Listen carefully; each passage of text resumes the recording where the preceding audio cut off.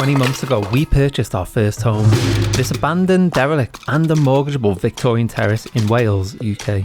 It was a real estate, and even like this, it cost us £167,000. And well, we had no money left to pay for the builders to turn this into our dream home. So, for 20 months, we have been learning all the skills and renovating it ourselves. We want to crack on? We hope for the best. We've had some big unexpected surprises, from damp and black mould, broken floorboards, breaking our own bodies, a back wall that has needed to be rebuilt so it didn't fall over, living with rodents, lots of history, and well, bones. A lot of bones. But this one wasn't in the garden, this was actually under the concrete. This was under the concrete. But we're very proud of how far we've come in renovating our dream home. The most exciting part of the renovation is about to start, so make sure you hit subscribe right now to make sure you get notified of new videos. And without further ado, here's 20 months of renovating number 4 in 20 minutes. Okay, so we might not have completely understood the full extent of what we were taking on 18 months ago, nor how long it would take us. The house had been left empty for 3 years and had been neglected for many more. It was going to be a lot of work, but it had high ceilings, a south-facing garden, good-sized rooms, and most importantly, we could just about afford it. Starting in the garden and with no electricity, we tackled the brambles with snippers, stripping it all back until we were left with just a rose bush, which we called Rosie. After years of neglect, the soil was filled with rubbish and treasure, which we sorted and saved, and finally were able to assess the state of the back wall. More on that later. We moved back into the house and concentrated on sorting the extreme damp that ran throughout the entire ground floor. We started by removing the wallpaper and eventually the concrete render, allowing it all to dry out fully before making any decisions on preventing it in the future.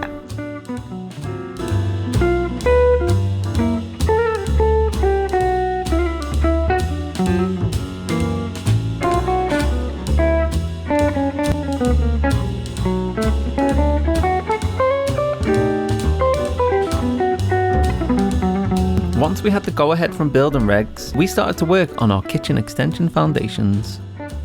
With no back access and tiny hallways, we did this all by hand throughout the cold winter.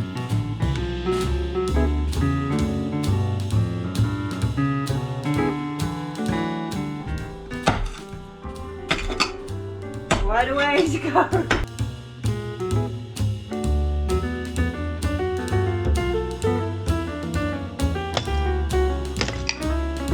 We started with the footings, filling them in with concrete to allow a solid surface for our cavity walls to be built on, which we borrowed through the house to save on costs.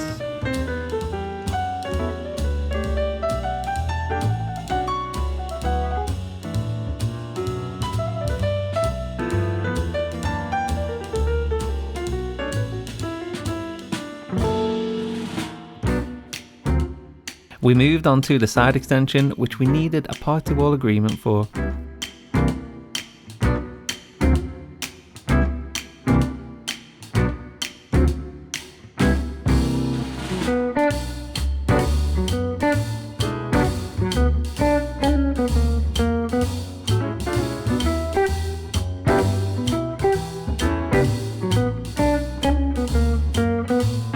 With the help of our friends, we got through the grueling work just in time for the bricklaying team to rebuild the wall.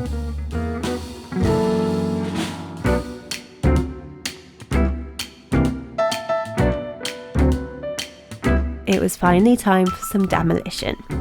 After installing steels to hold the weight of the walls above, we pulled down the back wall and side wall, allowing us to fill the full space that we're left with for our kitchen diner.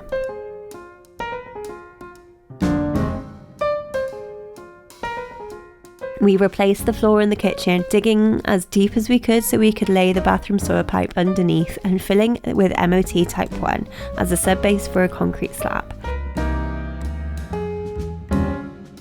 Before we knew it, we became watertight once more with these incredible red Crittall style windows. What a difference a year makes.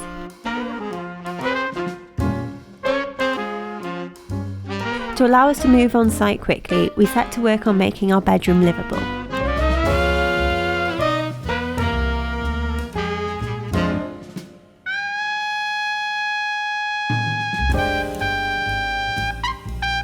plaster was in relatively good nick, apart from some worrying scratch marks by the door, so we got our plasterer to skim it and we were left with a blank canvas.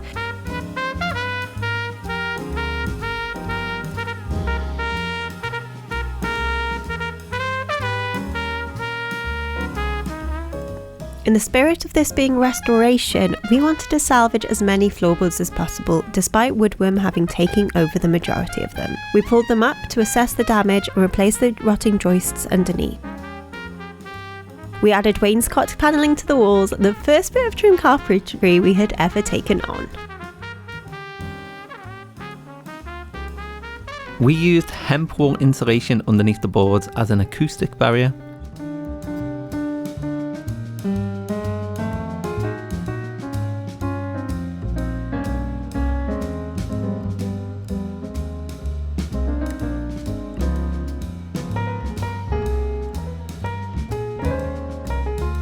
We luckily found some matching spare boards being thrown out in a house nearby, so we took them in and proceeded to plane, sand and finish the floors. How good did these boards look scrubbed up, by the way?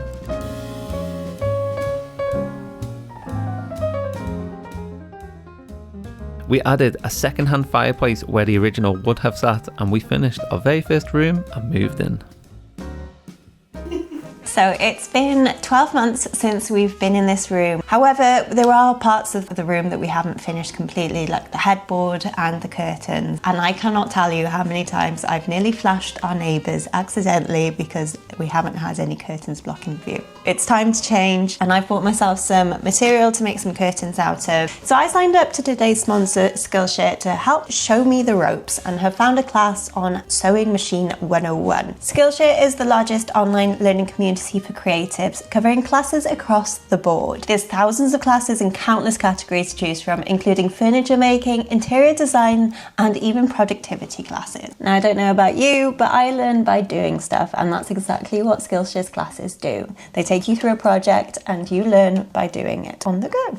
The classes are on demand, so you can go at your own pace and work around any busy lifestyles. Okay, so I wanted to go quite classic with this one and make sure that everything was matching, like the brass elements in the room. So I've gone for like a full-on brass piece of rod and some little things that go in the inside of the window. So let's see if this will work. I'm pretty pleased with that, what do you think? Beautiful. Yeah. Well, that was super easy thanks to Skillshare, and if you want to learn a new skill, why not give Skillshare a try? The first 500 people to use the link in the description below will get 1 month free trial of Skillshare. There's nothing to lose. Join now.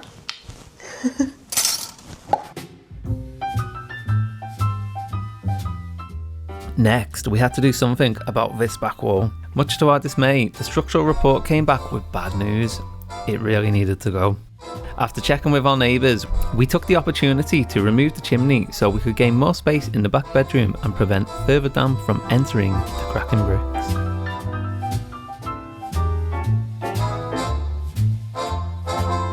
We patched it up and replaced the broken ridge tiles while we were there, using a vented system in its place.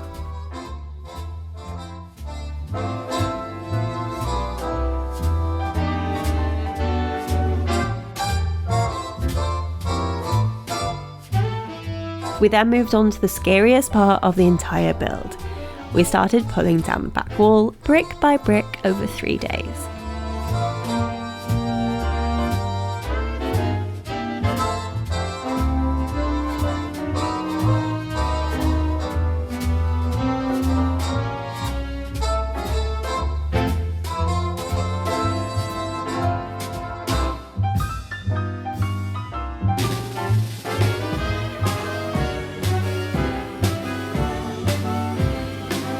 The easiest way we found to do this was throwing it into the garden, then taking the rumble through the house to our skip outside.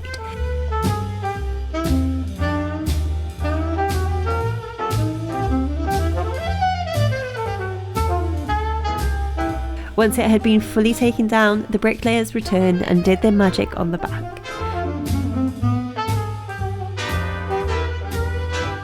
With a bit of new render, number 4 was slowly becoming the best house on the street. Now, this might be controversial and we get nagged about this a lot, but we decided to tackle the garden and garden studio next, before the access through the kitchen was blocked by brand new flooring and cabinets. With 100 years of soil build-up causing damp inside the house, we figured we'd do it right this time and called in the troops to clear the space. Many hands make light work, and we quickly started to get a real scope of how much space we had to work with. We had decided early on that we wanted a garden workshop and sauna at the back of the garden, so as soon as the space was cleared, we started the sub-base of MOT Type 1 and sand. We used a DPM to protect the foundations from damp and started filling the area with concrete, ensuring it was level and as smooth as possible.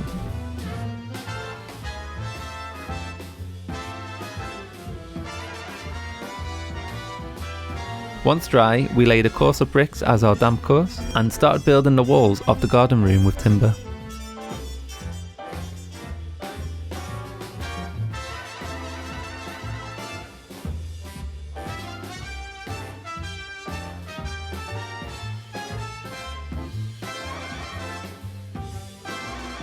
To maximise the space around the room, we attached the OSB damp-proof membrane and cladding to the walls first, then moved it into place, adding flitch beams above the door. We secured them down with resin and bolts. Next up, the roof, made of fir rings, OSB and EPDM rubber.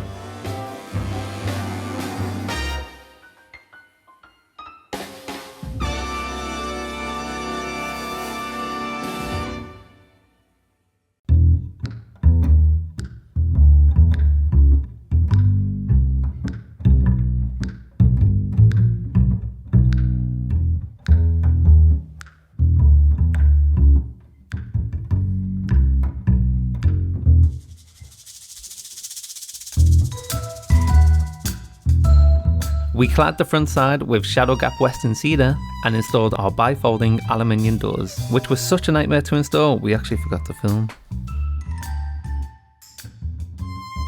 We moved on into the inside of the building, insulating the walls and floors.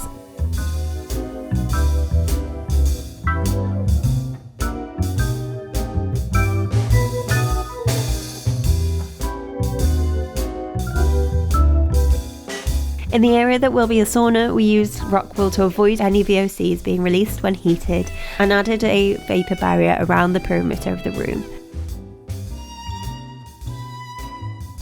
Next, we cladded the walls. OSB was used temporarily for now, where the sauna will eventually be, as this space will be storage until then.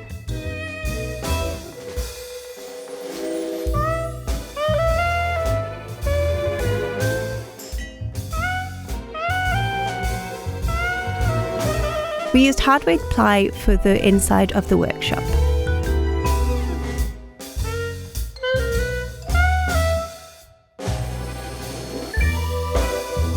We picked up these plywood cabinets from Facebook Marketplace and added French cleats to allow us to move the space around as we needed. So just a reminder of what this looked like before and what it looks like now.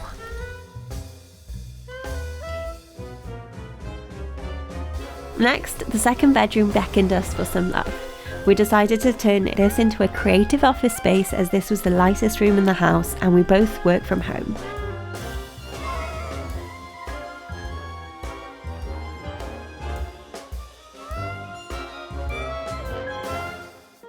The floorboards got the same treatment here, planing, sanding and sealing with Fiddy's hard wax oil.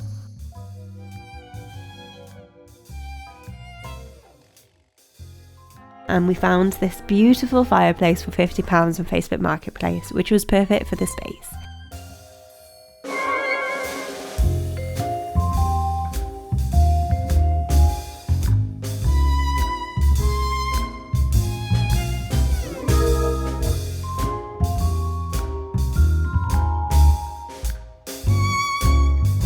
We filled the space with a desk, vintage finds, art and a sofa bed so we could host guests.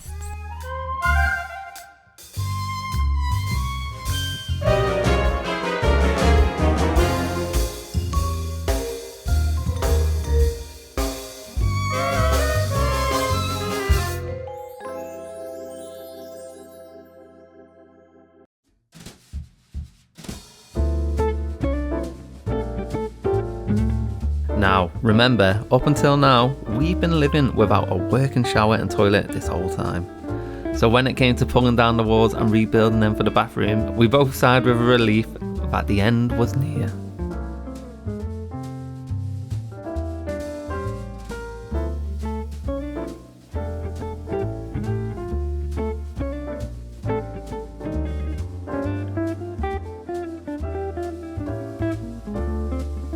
We had decided to make this main bathroom a wet room with a big walk-in shower, allowing a bath to be added at a later date if needed.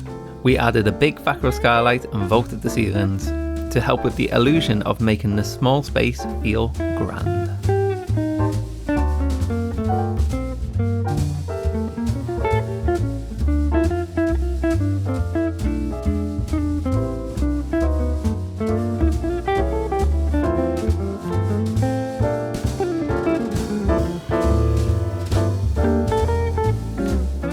We used Schluter curly boards to achieve waterproofness and paired it with Wonder's rapid response underfloor heating system.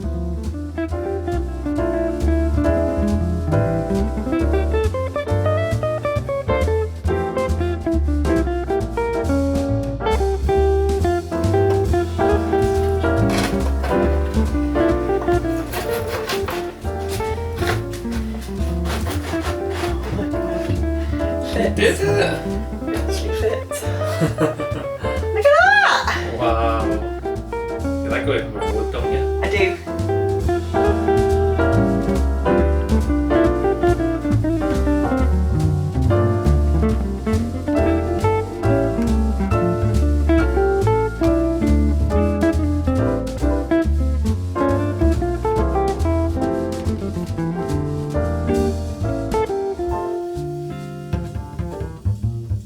Now, I really do mean it when I say we made our lives incredibly difficult with every decision made in this bathroom, especially as we had never done any of this before. This was our first time ever tiling, and choosing an octagon marble tile was ambitious, but we soon found our groove.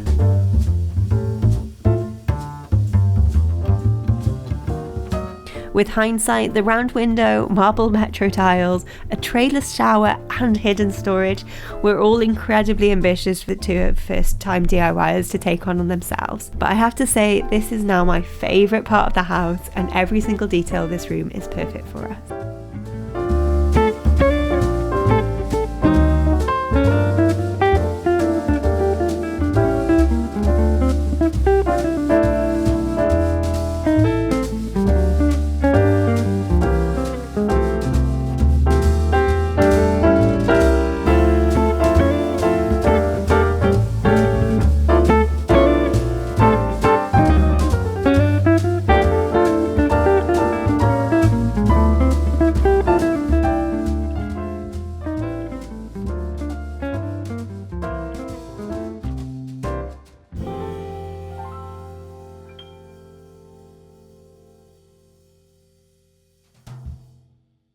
So now we've done the hardest room in the house. Get ready for the most exciting room in the house. The kitchen.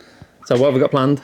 We've got underfloor heating, we've got tiles, we've got a island, Backbench seating. Backbench seating. We've already got these bloody red windows in. We've got plants galore. We've got a, what's that thing called? Utility A utility room. with an A understairs downstairs toilet. Oh, it's going to be epic. So make sure you hit that subscribe button so you keep notified with what we're doing, and we'll see you next time. Let's do this. Ta-da. Let's go, team. Make sure you let us know what you think in the comments. We'll see you there.